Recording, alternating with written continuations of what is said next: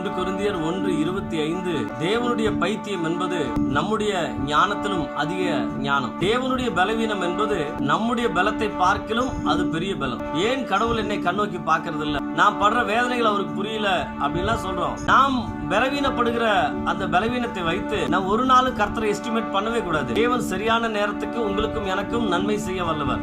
அவர் குறித்த காலத்திலே நமக்கு அற்புதம் செய்வார். உங்களுக்கு என்று தேவன் கொடுக்க விரும்புகிற பொருளாதார, சரீர சுகம், நன்மைகள் எல்லாம் காத்திருக்கிறது. சரியான நேரத்துக்கு கர்த்தர் உங்களை உயர்த்துவார். அவர் ஞானமுள்ள தேவன். எப்போ உங்களை உயர்த்தணும், எப்போ உங்களுக்கு கொடுக்கணும்னு அவருக்கு நன்றாய் தெரியும். அவர் பார்த்து பார்த்து உங்களை ஆசீர்வதிப்பார். ஒரு நாளும் உங்களை கைவிடவே மாட்டார். அவருடைய பலவீனம் என்னன்னா, நம் மீது அவர் காட்டுகிற அன்புதான் அவருடைய பலவீனம். அந்த அன்புக்கு ஈடாய் இந்த உலகத்தில் நம்ம எதையுமே கொடுக்க முடியாது. எனவேதான் அவர் தன்னுடைய ஜீவனையே கொடுத்தார். உங்கள் மீது, என் மீது அன்பு காட்டினார். அந்த அன்பை நினைத்திடுவோம். கிறிஸ்துவுக்குள்ளே இன்னும் அதிகமாய் பலப்படுவோம். கர்த்தராகிய இயேசு கிறிஸ்து உங்கள் மேல் அன்பாய் இருக்கிறார். God bless you.